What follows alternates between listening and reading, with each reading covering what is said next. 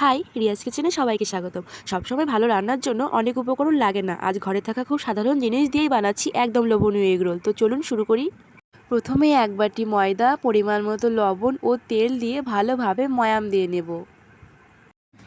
ভালো এগরোলের শুরুটা হয় নরম পরোটা দিয়ে, তাই প্রথমে ময়দার ময়ান দিয়ে ভালো করে মেখে নিতে হবে। এবার ময়দা থেকে ছোট ছোট লেচি কেটে বেলুনিতে পরোটার আকৃতিতে এক এক করে সবগুলো বেলে নেব। ভালো এগরোলের জন্য পরোটাটা খুব মোটা বা পাতলা হলে চলবে না, তাই একটু সময় নিয়ে ভালোভাবে বেলে নিচ্ছি।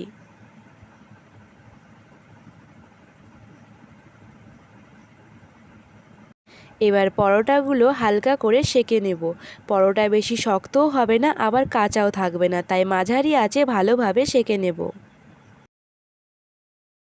আমি আমার পরিমাণ মতো দুটো ডিম নিয়েছি। এবার সেখানে সামান্য লবণ ও লঙ্কার গুঁড়ো দিয়ে ফেটিয়ে নিলাম। এবার গরম তাওয়ায় ফ্যাটানো ডিম ঢেলে দিলাম। ডিমটা একটু সেট হতে শুরু করলেই এর ওপর পরোটা বসিয়ে দিচ্ছি। এবার ওপর থেকে সামান্য তেল ছড়িয়ে দুপাশ ভালোভাবে ভেজে নামিয়ে নিলাম। এবার ভেতরে শসা, পেঁয়াজ, লঙ্কা কুচি ও সস দিয়ে রোল করে নেব। এভাবেই একে একে সবগুলো তৈরি করে নেব। খুব সহজেই তৈরি হয়ে গেল আমাদের সুস্বাদু এগরোল। যখন বাড়িতে হালকা কিছু খেতে ইচ্ছে করবে তখন এই সহজ এগরোলটা বানিয়ে দেখতে পারেন।